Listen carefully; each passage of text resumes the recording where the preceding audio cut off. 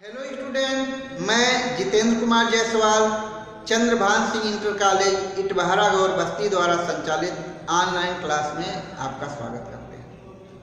आज हम लोग क्लास 9 और क्लास 11 के केमिस्ट्री की क्लास में पढ़ेंगे एटॉमिक मास और एटॉमिक नंबर, परमाणु द्रव्यमान और परमाणु क्रमांक।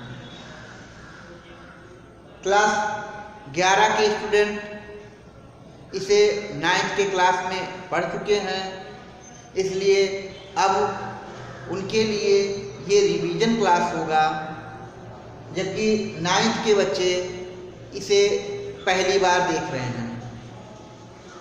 आपको बता दें कि ये जो है दोनों टॉपिक, ये केमिस्ट्री का एक महत्वपूर्ण भाग है।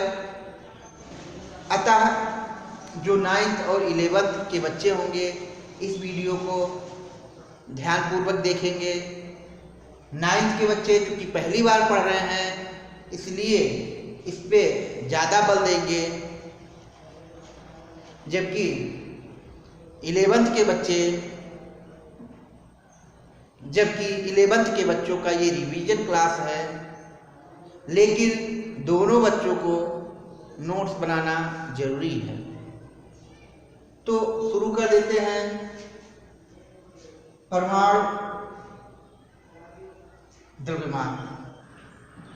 आपको बता दें कि वैज्ञानिक बोर ने बताया कि कोई परमाणु 3 मूल कणों से मिलकर बने होते हैं, जिनका नाम है प्रोटॉन,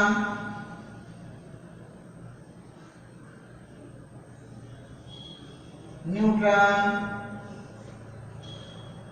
तथा इलेक्ट्रॉन।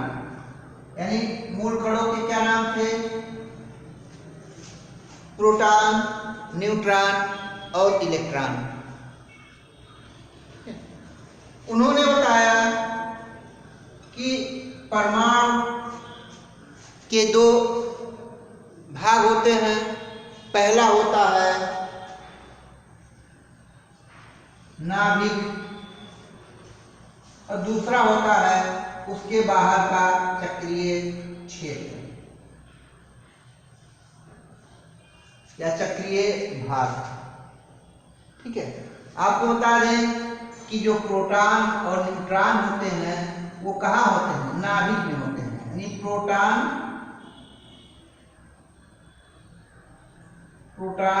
और न्यूट्रॉन कहाँ होते हैं? नाभिक में होते हैं। तथा जो इलेक्ट्रॉन होता है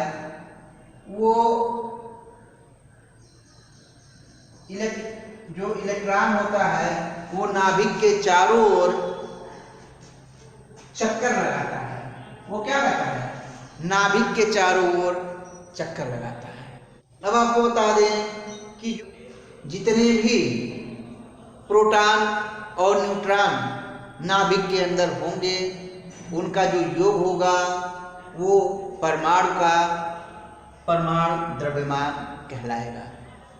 तो हम कह सकते हैं किसी परमाणु नाभिक में उपस्थित प्रोटॉनों और न्यूट्रॉनों की संख्याओं के योग को उस परमाणु का परमाणु द्रव्यमान कहते हैं।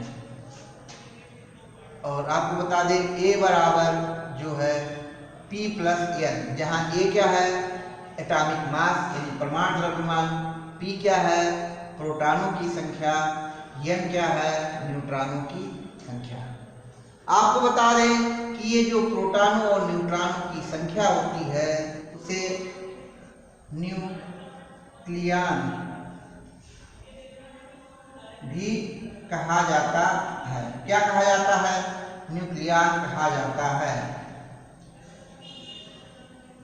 न्यूक्लियन यानी अगर आपसे ये पूछा जाए कि न्यूक्लियन क्या है तो आप बताएंगे कि किसी परमाणु नाभिक में उपस्थित इलेक्ट्रॉनों और प्रोटॉनों की संख्या को न्यूक्लियॉन कहा जाता है। आपको बता दें कि ये जो प्रोटॉन, न्यूट्रॉन और इलेक्ट्रॉन का द्रव्यमान होता है वो बहुत ही सूक्ष्म होता है और बहुत सूक्ष्म होने के कारण उस पर गुरुत्वाकर्षण का बहुत कम प्रभाव, हम कह सकते हैं नगण्य प्रभाव, नगण्य का अर्थ है नहीं के बराबर प्रभाव पड़ता है। इसलिए हम परमाणु द्रव्यमान को परमाणु भार भी कह सकते हैं। यानी अगर हम चाहें तो इसको परमाणु द्रव्यमान कहें और चाहे हम इसको परमाणु भार कहें। तो एक बार फिर से दोहरा देते हैं, किसी परमाणु के नाभिक में उपस्थित प्रोटॉनों और न्यूट्रॉनों की संख्याओं के योग को उस परमाणु का परमाणु द्रव्यमान कहते हैं। या फिर हम कह सकते हैं किसी परमाणु नाभिक में उपस्थित न्यूक्लियॉनों की संख्या को, किसकी संख्या को? न्यूक्लियॉनों की संख्या को परमाणु का परमाणु द्रव्यमान कहते हैं। परमाणु द्रव्यमान को परमाणु भार भी कह सकते हैं। अब दूसरा टॉपिक है हमारा परमाणु क्रमांक, एटॉमिक नंबर। तो आपको बता दें किसी नाभिक में उपस्थित प्रोटॉनों की संख्या को, किसकी संख्या को? प्रोटॉनों की संख्या को परमाणु क्रमांक कहते हैं। तो देख लेते हैं परिभाषा। किसी तत्व के परमाणु के नाभिक में उपस्थित कुल प्रोटॉनों की संख्या को उस तत्व का परमाणु क्रमांक कहते हैं। ठीक है। अतः किसी तत्व का परमाणु क्रमांक, इसको जेड से रिप्रेजेंट करते हैं, प्रदर्शित करते हैं, बराबर नाभिक में उपस्थित कुल प्रोटॉनों की संख्या।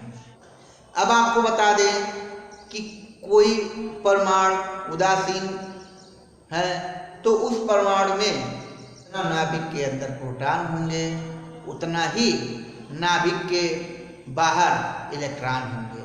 अतः हम ये कह सकते हैं कि उदासीन परमाणु में इलेक्ट्रॉनों की संख्या।